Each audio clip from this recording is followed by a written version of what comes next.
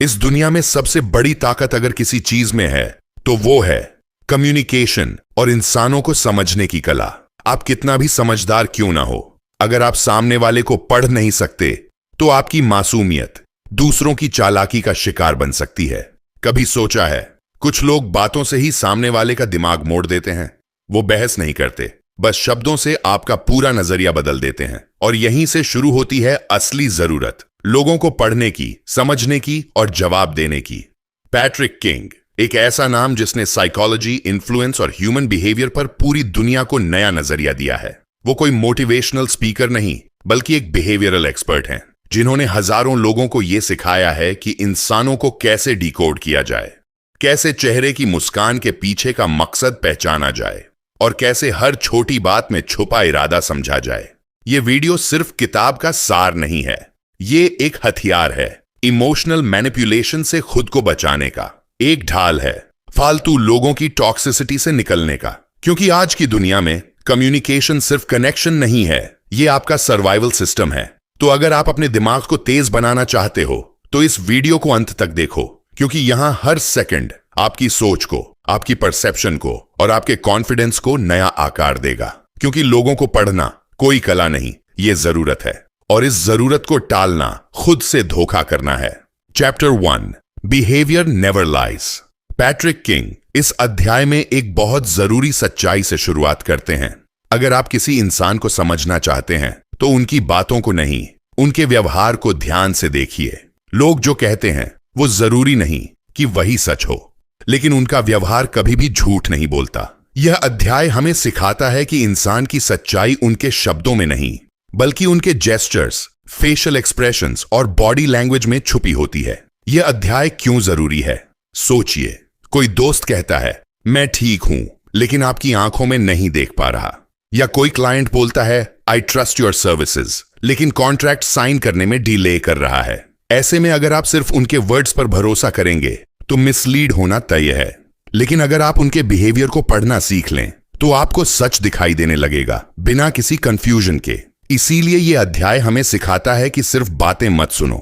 देखो लोग करते क्या हैं। मिलिए कार्तिक से, एक लड़का जो एक बड़ी कंपनी में जॉब इंटरव्यू देने गया है। वो मुस्कुरा रहा है, हर सवाल का कॉन्फिडेंट जवाब दे रहा है और कह रहा है मैं बहुत उत्साहित हूं इस अवसर के लिए। लेकिन उसका शरीर कुछ और कह रहा है। वो बार बार फिजेट कर रहा है, उसकी टांगें दरवाजे की तरफ हैं और आंखों में कोई कांटेक्ट नहीं। अब इंटरव्यूअर अगर सिर्फ कार्तिक की बातों पर भरोसा करे तो उसे लगेगा कि ये लड़का परफेक्ट है। लेकिन अगर वो कार्तिक का बिहेवियर ऑब्जर्व करे तो उसे साफ समझ आ जाएगा कि ये लड़का शायद नर्वस है या फिर पूरी तरह इंटरेस्टेड नहीं। यही है बिहेवियर रीडिंग की ताकत। लोग छुपाते क्या हैं और शरीर बताता क्या है। शब्द सोच समझकर बोले जाते हैं, यानी इंसान उसे कंट्रोल करता है, लेकिन बॉडी लैंग्वेज और बिहेवियर सबकॉन्शियसली निकलता है, जो इंसान की असली फीलिंग्स को दिखाता है। जब कोई झूठ बोलता है या कुछ छुपा रहा होता है तो उसके दिमाग पर लोड बढ़ जाता है, और यहीं से शुरू होती हैं वो साइंस जिन्हें ट्रेंड लोग पहचान सकते हैं। बार बार पलकें झपकाना, आवाज का पिच बदलना, बंद हाथ, झुकी निगाहें, जबरदस्ती मुस्कुराहट जो आंखों तक नहीं पहुंचती, यह सभी संकेत बताते हैं कि इंसान क्या महसूस कर रहा है, भले ही वो कुछ और कह रहा हो। क्या करना चाहिए और क्या नहीं? गलतियां मत करो, सिर्फ अच्छे शब्दों पर भरोसा मत करो। बॉडी लैंग्वेज के क्लियर रेड फ्लैग्स को इग्नोर मत करो। वर्बल प्रोमिसेस को बिना वेरीफाई किए सच मत मानो। सही तरीका अपनाओ। इंसान का बिहेवियर तब ऑब्जर्व करो जब वो रिलैक्स्ड या ऑफ गार्ड हो। शब्दों और एक्शंस में मैच ढूंढो। खुद से पूछो, क्या ये इंसान जो कह रहा है वो वही कर भी रहा है? पैट्रिक किंग कहते हैं लोग झूठ बोल सकते हैं, छुपा सकते हैं, लेकिन उनका व्यवहार हमेशा सच बोलता है। उनके लिए बिहेवियर को ऑब्जर्व करना किसी मैजिक ट्रिक जैसा नहीं है। ये एक प्रैक्टिकल स्किल है जो हर इंसान सीख सकता है, अगर वो अटेंशन देना शुरू करे। रियल लाइफ में अपनाने के प्रैक्टिकल टिप्स। 1, हर रोज छोटे इंटरेक्शंस में ऑब्जर्व करना शुरू करो। दोस्त, परिवार या कॉलीग के बॉडी मूवमेंट्स पर ध्यान दो। क्या वो सच बोल रहे हैं या छुपा रहे हैं? दूसरा, एक सिंपल चेकलिस्ट बनाओ। आंखों में कांटेक्ट है या नहीं? जेस्चर्स खुले हुए हैं या डिफेंसिव? शरीर आपकी तरफ है या दूर? 3 कॉन्ट्रडिक्शंस खोजो। अगर कोई कह रहा है मैं खुश हूं तुम्हारे लिए और आंखें घुमा रहा है, तो उस बिहेवियर पर भरोसा करो। 4, इंटरव्यू या मीटिंग्स में पॉज लेकर ऑब्जर्व करो। जवाब देने से पहले उनका चेहरा, टोन और बॉडी पोस्चर पढ़ो। 5. साइलेंस को एक टूल की तरह यूज करो। अक्सर जब इंसान चुप होता है तभी असली भावनाएं नजर आती हैं। इस अध्याय में पैट्रिक किंग हमें एक गोल्डन रूल सिखाते हैं। सिर्फ सुनो मत, देखो इंसान करता क्या है। चाहे कोई दोस्त हो, कॉलीग, क्लाइंट या लाइफ पार्टनर, बिहेवियर कभी धोखा नहीं देता। बिहेवियर ही वो सच्चाई है जिसे समझना आपको एक बेटर कम्युनिकेटर और ऑब्जर्वर बना सकता है। Chapter 2, the 4 elements of human behaviour. Patrick King इस अध्याय में कहते हैं, किसी इंसान का व्यवहार अचानक नहीं बदलता। हर जेस्चर, हर एक्सप्रेशन और हर डिसीजन के पीछे 4 गहरे कारण होते हैं। एनवायरमेंट, इमोशंस, हैबिट्स और बायोलॉजी। इसका मतलब यह है कि अगर आप किसी का बिहेवियर असली वजह से समझना चाहते हैं तो आपको सरफेस लेवल से नीचे उतरना होगा और इन 4 स्तंभों को ध्यान से देखना होगा। यह अध्याय क्यों जरूरी है? कभी आपने सोचा है कोई दोस्त अचानक गुस्सा क्यों हो गया? कोई क्लाइंट अचानक बात काटकर चला क्यों गया? या फिर कोई कर्मचारी हर सोमवार एब्सेंट क्यों होता है?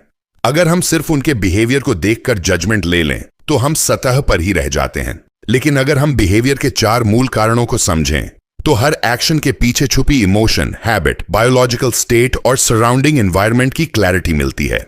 यही अध्याय हमें सिखाता है लोग क्या कर रहे हैं उससे ज्यादा जरूरी है कि वो ऐसा क्यों कर रहे हैं। मिलिए ईशान से, एक सेल्स एग्जीक्यूटिव जिसने एक कॉर्पोरेट क्लाइंट से पिच के बाद कोई रिप्लाई नहीं पाया। अब ईशान परेशान हो गया। उसने मान लिया कि क्लाइंट इंटरेस्टेड नहीं है, लेकिन अगर वो बिहेवियर के 4 एलिमेंट्स को देखता तो उसे पता चलता। एनवायरमेंट, क्लाइंट उस दिन 4 और मीटिंग्स में था, थक चुका था। इमोशंस, कंपनी के अंदर लेऑफ्स चल रहे थे, क्लाइंट इनसिक्योर था। हैबिट्स, क्लाइंट पहले भी कभी फर्स्ट पिच पर हां नहीं करता। बायोलॉजी, क्लाइंट ने ठीक से खाना नहीं खाया था। इरिटेबिलिटी हाई थी। अब आप सोचिए, क्या ये सब जानना बिहेवियर को डिकोड करने में मदद नहीं करता? मिलिए टानवी से, जिसकी दोस्त अनन्या अब अवॉइड कर रही है, बात कम करती है। टानवी ने अस्यूम कर लिया कि शायद अनन्या नाराज है, लेकिन जब उसने थोड़ी ऑब्जर्वेंट होकर देखा तो पाया एनवायरमेंट, अनन्या का नया कॉलेज बहुत डिमांडिंग है। इमोशंस, वो एंग्जाइटी और प्रेशर में है। हैबिट्स, वो जब भी स्ट्रेस्ड होती है अकेले रहना पसंद करती है। बायोलॉजी, उसे रीसेंट माइग्रेन के दौरे आ रहे थे। अब टानवी को समझ आया कि अनन्या उसे अवॉइड नहीं कर रही, वो बस अपनी लड़ाई लड़ रही है। हर व्यवहार के पीछे स्ट्रक्चर होता है। पैट्रिक किंग बताते हैं कि हर इंसान के एक्शंस रैंडम नहीं होते, चाहे वो सुपरफिशियल क्यों न लगे। 1.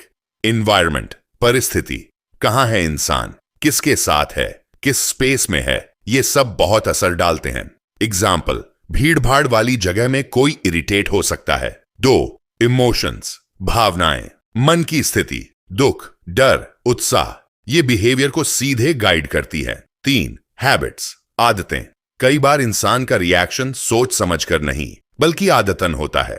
4. बायोलॉजी, शारीरिक अवस्था, थकावट, नींद की कमी, हार्मोन, ये सब सबकॉन्शियस बिहेवियर पर असर डालते हैं। इन चारों को समझने से हम इंसान को बिना जज किए गहराई से समझ सकते हैं। क्या करना चाहिए और क्या नहीं। गलतियां मत करो। किसी के बिहेवियर को सिर्फ फेस वैल्यू पर मत लो, तुरंत जजमेंट मत बनाओ, ये इंसान रूड है। इमोशंस या बायोलॉजी को इग्नोर मत करो, सही अपनाओ। बिहेवियर के पीछे क्यों को समझने की कोशिश करो, ऑब्जर्व करो। क्या एनवायरनमेंट बदलने से बिहेवियर बदल रहा है? पिछले हैबिट्स का एनालिसिस करो, क्या ये पैटर्न है या एक्सीडेंट? पैट्रिक किंग कहते हैं, बिहेवियर के पीछे मीनिंग तब समझ आता है जब आप इन 4 एलिमेंट्स को डिकोड करते हो, वरना आप सिर्फ गेस कर रहे होते हो। वो मानते हैं कि एक्सपर्ट कम्युनिकेटर्स वही होते हैं जो इंसान के व्यवहार को सिम्टम्स की तरह नहीं बल्कि एक सिस्टम की तरह समझते हैं। रियल लाइफ में अपनाने के प्रैक्टिकल टिप्स। 1. पॉज करो, रिएक्ट मत करो। किसी के व्यवहार से हर्ट होने से पहले सोचो, क्या इसके पीछे कुछ और है? दूसरा प्रश्न करना सीखो, क्या आज इस व्यक्ति का एनवायरनमेंट बदला हुआ है? क्या ये इमोशन टेम्परेरी है? क्या ये एक पुरानी आदत है? क्या वो शारीरिक रूप से ठीक है?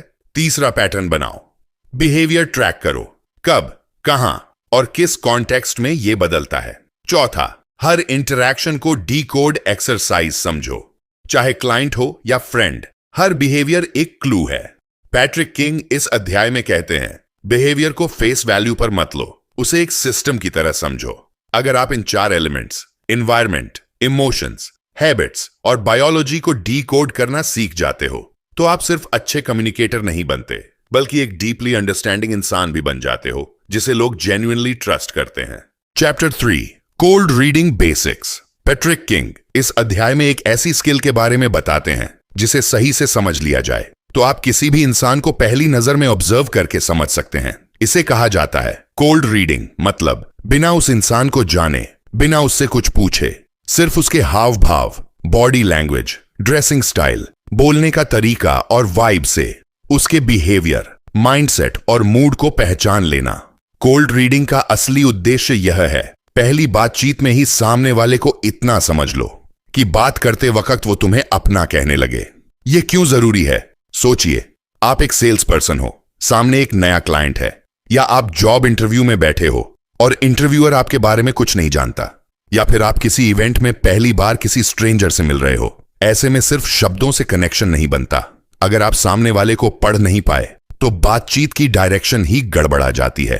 कोल्ड रीडिंग आपको यह एज देता है, बिना बोले समझ जाने की ताकत, जो आज की दुनिया में रेयर है। मिलिए नकुल से, एक सॉफ्टवेयर कंसल्टेंट। उसे एक न्यू क्लाइंट से मिलने भेजा गया जो दिखने में बहुत सीरियस, कम बोलने वाला और थोड़ा डिफेंसिव था। नकुल ने तुरंत कोल्ड रीडिंग का इस्तेमाल किया। उसने देखा कि क्लाइंट की टाई एकदम परफेक्टली स्ट्रेट थी। परफेक्शनिस्ट नेचर उसकी आंखें डायरेक्ट आई कांटेक्ट नहीं कर रही थीं, थोड़ा गार्डेड या डाउटफुल। उसने मीटिंग शुरू होते ही तुरंत प्रोजेक्ट के नंबर्स पूछे। वो इमोशनली नहीं, लॉजिकली ड्रिवन इंसान था। अब नकुल ने कैजुअल टॉक नहीं की, बल्कि डायरेक्टली डेटा और डिलीवरी टाइमलाइन की बात की, जिससे क्लाइंट इंस्टेंटली इंप्रेस्ड हो गया। Result, deal close. रितिका एक जॉब इंटरव्यू में गई। इंटरव्यूअर ने पहली बात पूछी, मुझे ऐसी कोई बात बताओ जो आपके रिज्यूमे में ना हो। अब वो सवाल किसी को नर्वस कर सकता है, लेकिन रितिका ने ऑब्जर्व किया। इंटरव्यूअर की टेबल पर फैमिली फोटो रखी थी, शायद इमोशनल कनेक्ट करता है। उसकी स्लीव्स थोड़ी फोल्डेड थीं। रिलैक्स्ड पर्सनैलिटी, वो धीरे धीरे मुस्कुरा रहा था, थोड़ा फ्रेंडली टोन। रितिका ने उसी वाइब में आंसर दिया, अपनी पर्सनल लर्निंग से रिलेटेड एक ऑनेस्ट स्टोरी शेयर की। रिजल्ट, इंटरव्यूअर ने रितिका को शॉर्टलिस्ट कर लिया क्योंकि उसे लगा वह मुझे समझती है। कोल्ड रीडिंग का साइंस क्या है? पैट्रिक किंग कहते हैं, हर इंसान के पास एक अनस्पोकन लैंग्वेज होती है जो उसके body language, facial expressions, clothing style, voice tone, energy level में झलकती है। कोल्ड रीडिंग दरअसल वही लैंग्वेज पढ़ने का नाम है। ऑथर के अनुसार कोल्ड रीडिंग के 3 की सिग्नल्स हैं। 1, बेसलाइन बिहेवियर। किसी का नॉर्मल बिहेवियर क्या है उसे पहले ऑब्जर्व करो। जैसे कोई नेचुरली बहुत एनर्जेटिक है, अगर वो चुप हो जाए तो समझो कुछ रॉन्ग है। 2, डिविएशंस। जब कोई अपने बेसलाइन से हटता है वहां क्लू छिपा होता है। एग्जाम्पल, बहुत कॉन्फिडेंट इंसान अगर हाथ छुपा रहा है तो वो नर्वस है। 3, क्लस्टर्स ऑफ सिग्नल्स। एक सिग्नल से कभी भी जजमेंट मत बनाओ, हमेशा 3 या ज्यादा सिग्नल्स को जोड़ो। क्या करना चाहिए और क्या नहीं। गलतियां, किसी की सिर्फ एक बात देखकर पूरी पर्सनैलिटी अस्यूम कर लेना, अपनी बायस से सामने वाले को जज करना, सिग्नल्स को ओवर एनालाइज करना। सही तरीका, ऑब्जर्व करो, जज मत करो। Body language plus tone plus expression को एक साथ जोड़ो। जरूरत पड़े तो पूछो, अस्यूम मत करो। पैट्रिक किंग कहते हैं, कोल्ड रीडिंग कोई जादू नहीं है, यह ऑब्जर्वेशन प्लस लॉजिक का खेल है। जो लोग दूसरों को बिना पूछे सही समझ लेते हैं वो इंस्टेंटली लोगों से कनेक्ट करते हैं और ट्रस्ट बना लेते हैं। रियल लाइफ में अपनाने के practical tips. 1, observe before you speak. बातचीत शुरू करने से पहले सामने वाले के जेस्चर्स को देखो। 2, पैटर्न की तलाश करें, सिर्फ एक बात से मत समझो। 3 से 4 सिग्नल जोड़कर निष्कर्ष निकालो। 3, एडजस्ट योर टोन अकॉर्डिंगली। अगर सामने वाला धीमे बोल रहा है तो आप भी अपनी टोन सॉफ्ट रखो। 4, प्रैक्टिस पब्लिक प्लेसेस में करें, मॉल्स, कैफेस, इंटरव्यूज, हर जगह ये स्किल यूज करो। 5, डोंट फेक रीड। अगर कुछ समझ नहीं आए तो न्यूट्रल रहो। पैट्रिक किंग इस अध्याय में कहते हैं, अगर आप किसी इंसान को बिना उसके मुंह खोले समझना सीख गए तो आप कम्युनिकेशन की सबसे बड़ी ताकत पा चुके हैं। कोल्ड रीडिंग आपको सिर्फ समझदार नहीं बनाता, बल्कि वो इंसान बनाता है जिसके पास एम्पैथी और स्ट्रैटेजी दोनों है। बिजनेस हो या दोस्ती, इंटरव्यू हो या पहली मुलाकात, जो पढ़ लेता है वही जीतता है। Chapter 4, spotting incongruence. जब शब्द और शरीर मेल नहीं खाते हैं। पैट्रिक किंग इस अध्याय में हमें एक बहुत जरूरी संकेतक के बारे में बताते हैं, इनकॉन्ग्रुएंस। यानी जब कोई इंसान जो बोल रहा है वो उसके हाव भाव और बॉडी लैंग्वेज से मेल नहीं खा रहा। लेखक कहते हैं, अगर किसी इंसान की बात और बॉडी अलग अलग चीजें बोल रही हो तो भरोसा उस चीज पर करो जो आंखों से दिख रही है। शब्द धोखा दे सकते हैं, लेकिन शरीर कभी झूठ नहीं बोलता। ये क्यों जरूरी है? बहुत से लोग आपकी जिंदगी में ऐसे होंगे जो सामने से मुस्कुराएंगे और अंदर से कुछ और सोचेंगे। अगर आप लोगों के सिर्फ शब्दों पर भरोसा करोगे तो आप आसानी से धोखा खा सकते हो, चाहे वो पर्सनल रिलेशनशिप्स हो, ऑफिस पॉलिटिक्स हो या कोई बिजनेस नेगोशिएशन। लेकिन अगर आप इनकॉन्ग्रुएंस को पहचानना सीख गए तो आप सच्चे इरादों को साफ साफ पढ़ सकते हैं। क्लेयर और सैंड्रा दो दोस्त थीं। सैंड्रा ने क्लेयर से पूछा, हमारे बीच सब ठीक है ना? क्लेयर बोली, हाँ हाँ सब ठीक है, चिंता मत करो। लेकिन क्लेयर आंखें मिलाने से बच रही थी। चेहरा ऐसा था जैसे मुस्कान जबरदस्ती दी जा रही हो। उसकी बॉडी पीछे हट रही थी और उसके हाथ सीने पर क्रॉस थे। पैट्रिक किंग कहते हैं, अगर आप सिर्फ शब्द सुनते तो लगता कि सब ठीक है, लेकिन जो उसकी बॉडी बता रही थी वो था कुछ ठीक नहीं है। यही है इनकॉन्ग्रुएंस, जब दिखावे की बातें और असली भावनाएं टकरा रही हों। एक बॉयफ्रेंड बार बार कहता है, मैं कुछ नहीं छुपा रहा, बस थोड़ा थका हुआ हूं। लेकिन जब वो ये कहता है, उसकी आवाज अचानक तेज हो जाती है। वो बार बार अपनी पोजीशन बदलता है, उसकी आंखें कांटेक्ट अवॉइड करती हैं। पैट्रिक किंग बताते हैं, जब इंसान सच बोलता है तो उसके वर्ड्स, टोन और जेस्चर्स तीनों अलाइंड रहते हैं, लेकिन झूठ बोलते समय ये चीजें मिसमैच करती हैं। इस बिहेवियर के पीछे की साइकोलॉजी, जब कोई इंसान झूठ बोल रहा होता है या अपनी फीलिंग्स छुपा रहा होता है तो उसका दिमाग शब्दों को कंट्रोल कर सकता है, लेकिन बॉडी को नहीं। हाथों की हलचल, माइक्रो एक्सप्रेशंस, आंखों की मूवमेंट, ये सब ऑटोमेटिकली लीक हो जाते हैं और यहीं से हम पकड़ सकते हैं कि सामने वाला सच बोल रहा है या नहीं। लेखक की 4 सीखें इस अध्याय से। 1. बॉडी पर भरोसा करो, शब्दों पर नहीं। आंखें, हाथ और चेहरा सबसे पहले सच्चाई दिखाते हैं। 2. अगर कोई जवाब देने में ज्यादा समय ले या बार बार शब्द बदले, सावधान हो जाओ।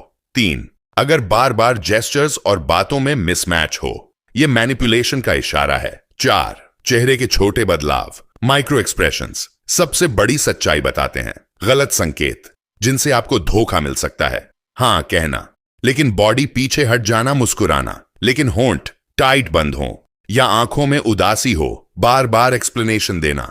सच बोलने वाला ज्यादा जस्टिफाई नहीं करता। कैसे पहचाने कि इंसान सच्चा है या झूठा?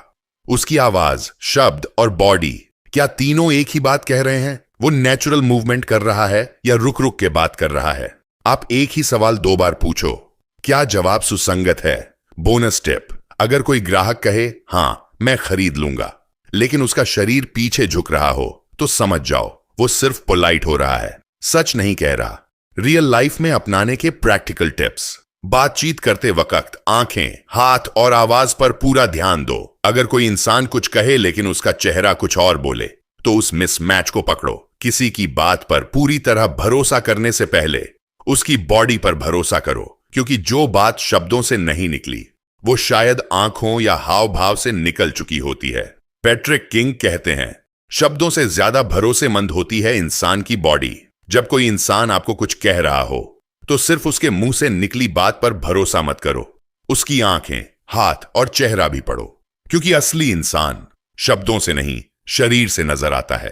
Chapter 5, emotional intelligence and empathy. Patrick king बताते हैं कि अगर आप किसी इंसान को सच में समझना चाहते हो तो आपको उसके शब्द नहीं, उसकी फीलिंग्स पढ़नी होंगी। इमोशनल इंटेलिजेंस का मतलब है दूसरे इंसान की इमोशंस को पहचानना और उसी के अनुसार रिएक्ट करना, और एम्पैथी का मतलब है दूसरे के जूते में खड़े होकर उसकी अंदरूनी दुनिया को महसूस करना। लेखक कहते हैं, सिर्फ दिमाग से नहीं दिल से पढ़ो, तभी आप सच्चे कनेक्शंस बना सकते हो। ये क्यों जरूरी है? रिश्ते में मिसअंडरस्टैंडिंग तभी होती है जब एक इंसान सिर्फ खुद को समझता है, सामने वाले को नहीं। ऑफिस या बिजनेस में क्लाइंट्स तभी जुड़ते हैं जब आप उनके इमोशंस को पकड़ पाते हैं। दोस्तों, परिवार या पार्टनर के साथ गहरी बॉन्डिंग तभी बनती है जब आप उनकी अनसेड फीलिंग्स को पकड़ सको बिना एम्पैथी के। हर बातचीत सिर्फ इंफॉर्मेशन एक्सचेंज बनकर रह जाती है, इमोशन एक्सचेंज नहीं। मार्क एक थेरेपिस्ट था। उसके पास एक महिला क्लाइंट आई जो बार बार कह रही थी, मैं ठीक हूं, कुछ खास नहीं हो रहा मेरी जिंदगी में। मार्क ने उसकी बात सुनी, लेकिन ध्यान सिर्फ शब्दों पर नहीं दिया। उसने देखा कि महिला की आंखों में नमी थी, उसकी आवाज धीमी और रुक रुक के आ रही थी, उसके कंधे झुके हुए थे, जैसे थकान और दर्द छुपा रही हो। मार्क ने सीधा ये नहीं कहा कि आप दुखी लग रही हैं, बल्कि एम्पैथिक अप्रोच अपनाई। शायद आप कुछ ऐसा महसूस कर रही हैं जिसे शब्दों में कहना मुश्किल हो रहा है। इतना कहते ही महिला फूट फूट कर रोने लगी। पहली बार किसी ने उसकी अनस्पोकन फीलिंग्स को पहचाना था। इस बिहेवियर के पीछे की साइकोलॉजी, जब कोई इंसान दुखी, परेशान या चिंतित होता है तो वो जरूरी नहीं कि खुलकर बताए। बहुत से लोग अपने इमोशंस को छुपाने की कोशिश करते हैं। शब्द कुछ और होते हैं, लेकिन आवाज, बॉडी और आंखें कुछ और बोलती हैं। इमोशनल इंटेलिजेंस का मतलब है इन नॉन वर्बल क्यूज को पढ़ना और अपनी प्रतिक्रिया को उसी हिसाब से संतुलित करना। क्या नहीं करना चाहिए? सिर्फ शब्दों पर भरोसा मत करो। जब कोई कहे मैं ठीक हूं तो उसे फेस वैल्यू पर मत लो, ऑब्जर्व करो। एम्पैथी का मतलब ये नहीं कि तुरंत सॉल्यूशन दे दो। पहले कनेक्ट करो, फिर समझाओ। अपनी बात थोपना बंद करो, पहले सुनो फिर बोलो। लेखक की 4 अहम बातें इस अध्याय से। 1. इमोशनल इंटेलिजेंस एक स्किल है, कोई मैजिक नहीं, ये सीखा जा सकता है। 2. एम्पैथी दिखाने का सबसे आसान तरीका है वैलिडेट करना। 3. जो लोग सुने बिना जवाब देते हैं वो कनेक्शन नहीं बना पाते। 4. सुनो, समझो, फिर प्रतिक्रिया दो। यही असली इमोशनल सिंक है। रियल लाइफ में अपनाने के प्रैक्टिकल टिप्स। जब कोई बात करे तो सिर्फ सुनो नहीं, ऑब्जर्व भी करो। बॉडी लैंग्वेज, आवाज, आंखें। जवाब देने से पहले 2 सेकंड पॉज लो, ये आपको सोचने का मौका देगा। किसी की फीलिंग्स को नेम दो, जैसे लगता है आप परेशान हैं या आप थोड़े थके हुए लग रहे हो। एम्पैथी दिखाने के लिए कहो मैं समझ सकता हूं, या अगर मैं आपकी जगह होता तो शायद मैं भी यही महसूस करता। इन छोटे से स्टेप्स से आप किसी के दिल तक पहुंच सकते हो। पैट्रिक किंग इस अध्याय में हमें यह सिखाते हैं कि इंसान को पढ़ना सिर्फ आंखों या शब्दों का खेल नहीं है, बल्कि एक दिल से दिल का कनेक्शन है। इमोशनल इंटेलिजेंस और एम्पैथी से आप ना सिर्फ सामने वाले को बेटर समझते हो, बल्कि उसे यह महसूस कराते हो मैं तुम्हें समझता हूं, मैं तुम्हारे साथ हूं। और यही है वो जादू जो रिश्तों को तोड़ने की जगह जोड़ता है। Chapter 6 manipulation and control tactics. Patrick King इस अध्याय में बताते हैं कि दुनिया में कई लोग ऐसे होते हैं जो सामने से कुछ नहीं कहते, पर वो आपको अंदर ही अंदर कंट्रोल करते हैं। ये लोग दिखते तो नॉर्मल हैं, पर अंदर से वो मास्टर मैनिपुलेटर्स होते हैं। लेखक कहते हैं मैनिपुलेशन वो होता है जहां सामने वाला आपको गिल्ट, फियर या प्रेशर में डालकर अपना काम निकलवाता है और आपको लगे कि ये तो मेरी मर्जी थी।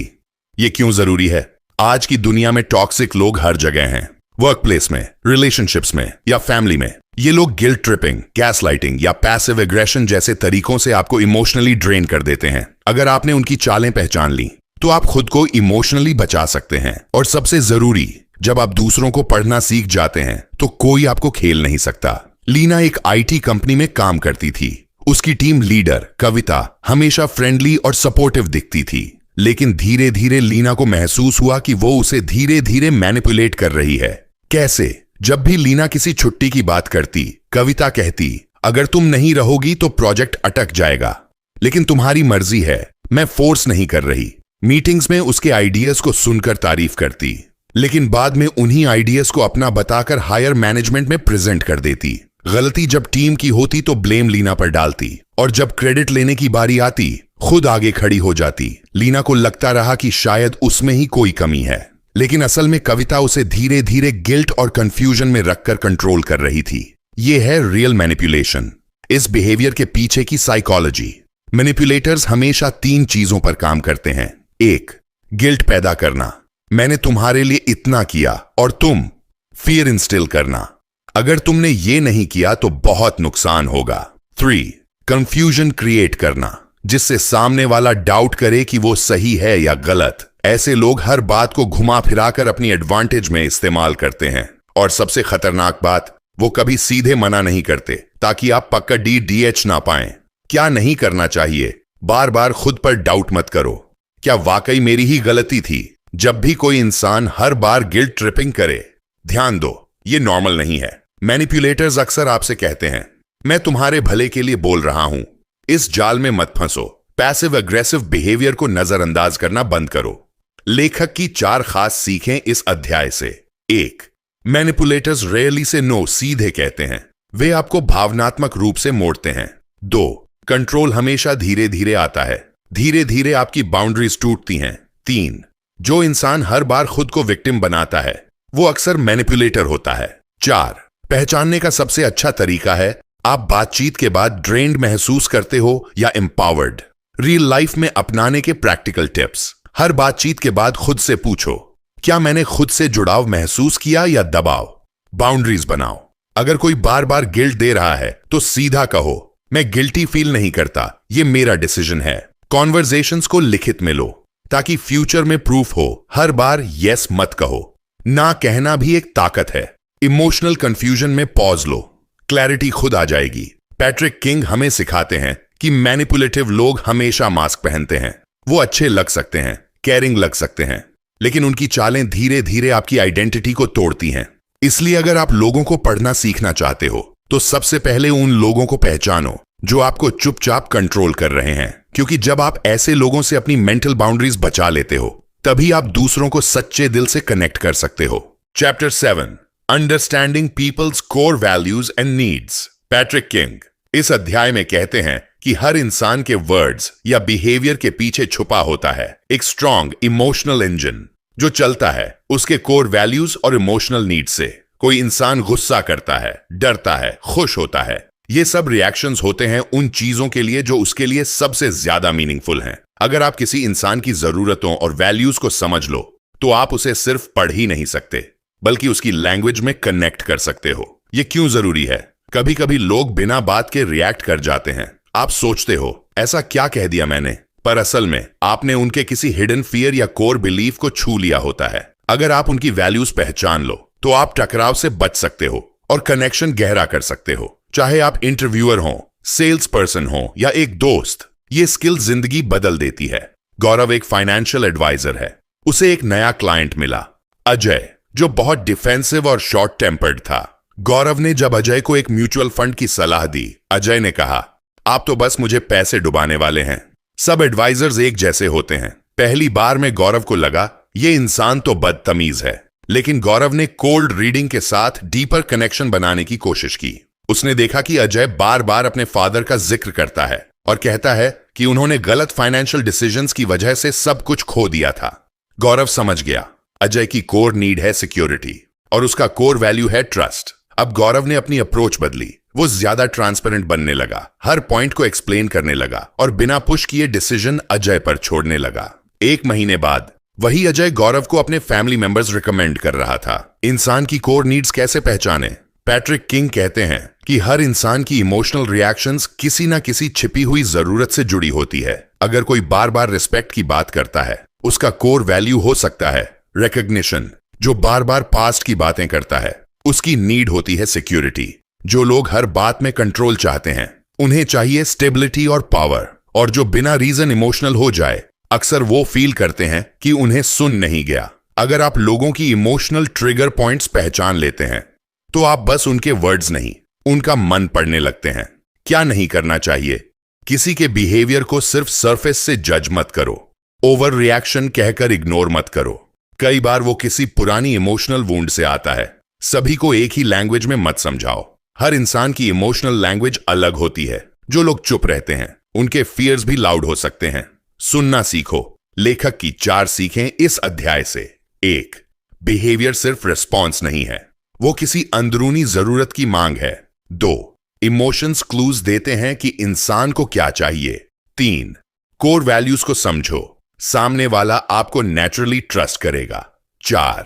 कनेक्ट करने का सबसे इफेक्टिव तरीका है सामने वाले की इमोशनल लैंग्वेज में बात करना।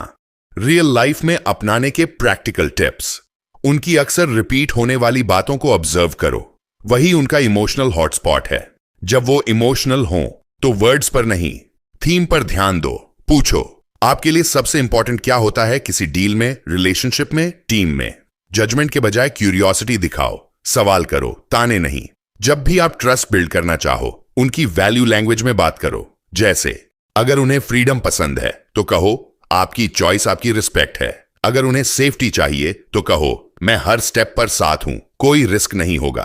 पैट्रिक किंग कहते हैं, लोग तब समझ में आते हैं जब आप उन्हें फेस वैल्यू पर नहीं बल्कि उनके फियर, वैल्यूज और इमोशनल नीड्स के लेंस से देखो।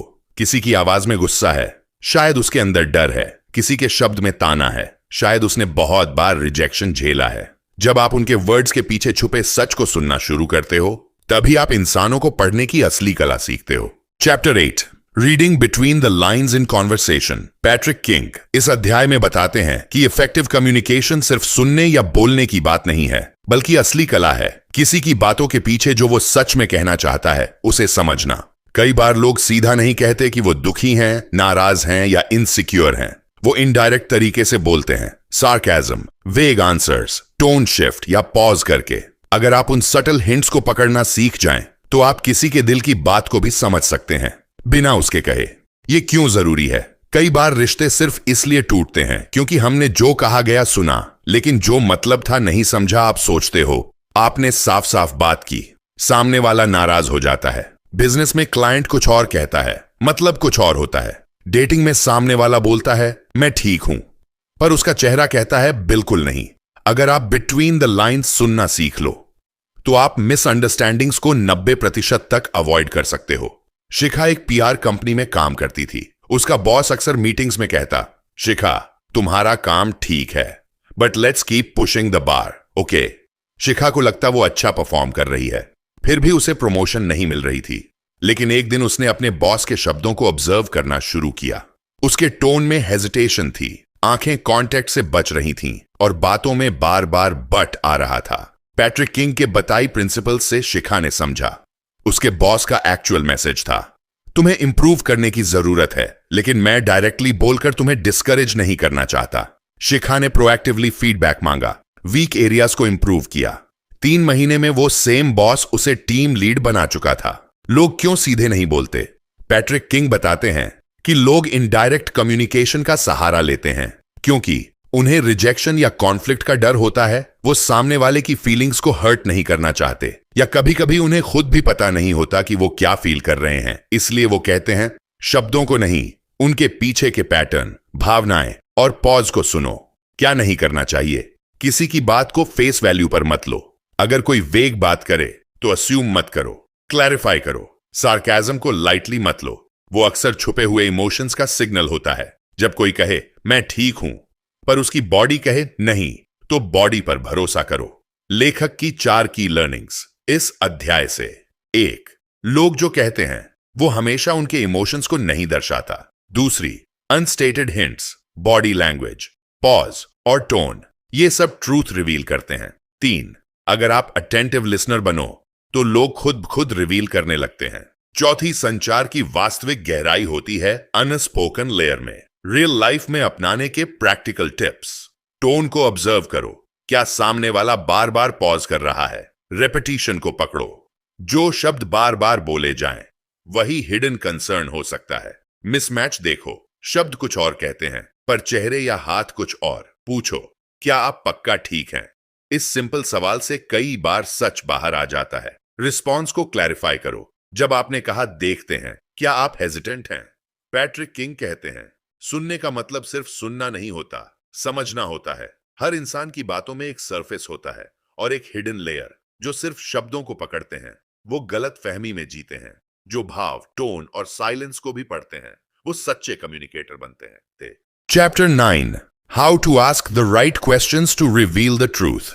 पैट्रिक किंग इस अध्याय में एक बेहद गहरी बात बताते हैं। सवाल पूछना भी एक कला होती है, और अगर सही सवाल पूछ लिया जाए तो सामने वाला अपना सच्चा चेहरा खुद सामने ले आता है। लोग अक्सर फसाड में रहते हैं, दिखावा करते हैं, इमोशनली डिस्टेंट रहते हैं। लेकिन जब आप बातचीत में स्मार्ट, ओपन एंडेड और साइकोलॉजिकली शार्प सवाल पूछते हैं, तो ना ही उन्हें डिफेंसिव होना पड़ता है, ना ही उन्हें झूठ बोलने की जरूरत महसूस होती है। ये क्यों जरूरी है? किसी रिश्ते में स्पष्टता चाहिए, पूछना आता होना चाहिए। नौकरी या इंटरव्यू में किसी की सोच जाननी है, सवाल पूछने का तरीका आना चाहिए। बिजनेस क्लाइंट की रियल नीड समझनी है तो डायरेक्ट नहीं, इनडायरेक्ट सवाल काम आते हैं। और सबसे बढ़कर सही सवाल आपकी इमेज को भी इंटेलिजेंट और इमोशनली अवेयर बनाता है। करण एक बड़ी एजेंसी में इंटरव्यू देने गया। इंटरव्यूअर ने उससे पूछा, आप खुद को कहां देखते हैं 5 साल में? करण ने सीधा जवाब दे दिया, सीनियर मैनेजर बनना चाहता हूं। लेकिन इंटरव्यूअर ने अगला सवाल स्मार्टली पूछा, ऐसा कौन सा काम है जो आपको रात को सोने नहीं देता? एक्साइटमेंट से अब करण को सोचना पड़ा। यह सवाल उसकी एम्बिशन नहीं, उसकी इमोशनल ड्राइव रिवील कर रहा था। करण बोला, जब मैं किसी कैंपेन को ग्राउंड जीरो से डिजाइन करता हूं, वो एक्साइटमेंट मुझे किसी और चीज में नहीं मिलती। इंटरव्यूअर ने वहीं से समझ लिया, ये आदमी पोजीशन के लिए नहीं, क्रिएटिविटी के लिए काम करता है, और उसे हायर कर लिया गया। पैट्रिक किंग यही सिखाते हैं, सही सवाल असली इंसान को रिवील कर देते हैं। लोग डायरेक्ट सवाल से बचते क्यों हैं?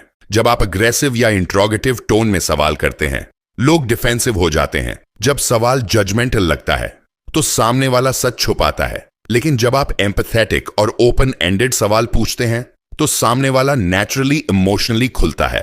पैट्रिक कहते हैं, लोगों को ऐसा महसूस होना चाहिए कि वो सुने जा रहे हैं, ना कि जांचे जा रहे हैं।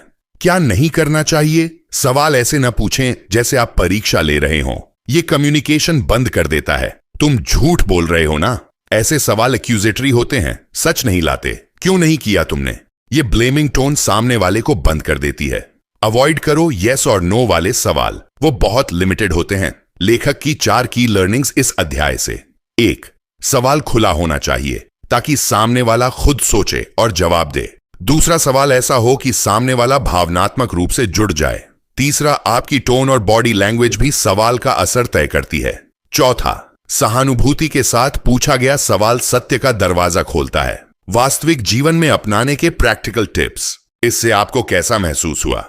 इमोशनल लेयर तक जाता है। अगर आपके पास ऑप्शन होता तो आप क्या करते? ट्रू इंटेंट रिवील करता है। आपको क्या लगता है इस फैसले में सबसे बड़ा चैलेंज क्या होगा? हिडन फियर्स को सामने लाता है। आपके लिए सक्सेस का मतलब क्या है?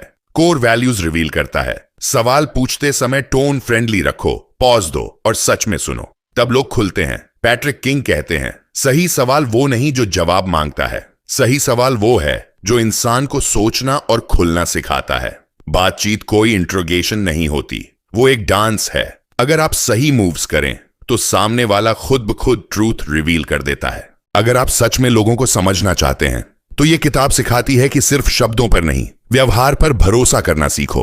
हर इंसान के एक्शंस, बॉडी लैंग्वेज, इमोशंस और शब्दों के पीछे एक साइकोलॉजी होती है जिसे डिकोड किया जा सकता है अगर आप ध्यान से सुनना और देखना जान जाओ। आपने सीखा कि कैसे कोल्ड रीडिंग से किसी अनजान को भी समझा जा सकता है, कैसे झूठ और मैनिपुलेशन को बॉडी लैंग्वेज से पकड़ा जा सकता है, कैसे इमोशनल इंटेलिजेंस से रिश्ते और गहरे बनाए जा सकते हैं, और कैसे सही सवाल पूछकर किसी की सच्चाई सामने लाई जा सकती है। हर चैप्टर ने आपको एक अलग लेंस दिया है, कभी एम्पैथी का, कभी ऑब्जर्वेशन का, कभी साइकोलॉजी का, ताकि आप लोगों को गहराई से समझ सकें, चाहे वो आपका क्लाइंट हो, दोस्त हो, इंटरव्यूअर हो या लाइफ पार्टनर। याद रखो, इंसानों को समझने की सबसे बड़ी कुंजी है ध्यान से देखना, शांत रहकर सुनना और सही समय पर सही सवाल पूछना। अगर आपको ये वीडियो पसंद आया हो तो सब्सक्राइब करना न भूलें और डिस्क्रिप्शन में दिए गए लिंक से इस किताब का ई बुक जरूर खरीदें ताकि आप इसे बार बार पढ़कर खुद में ये स्किल्स पक्की कर सकें।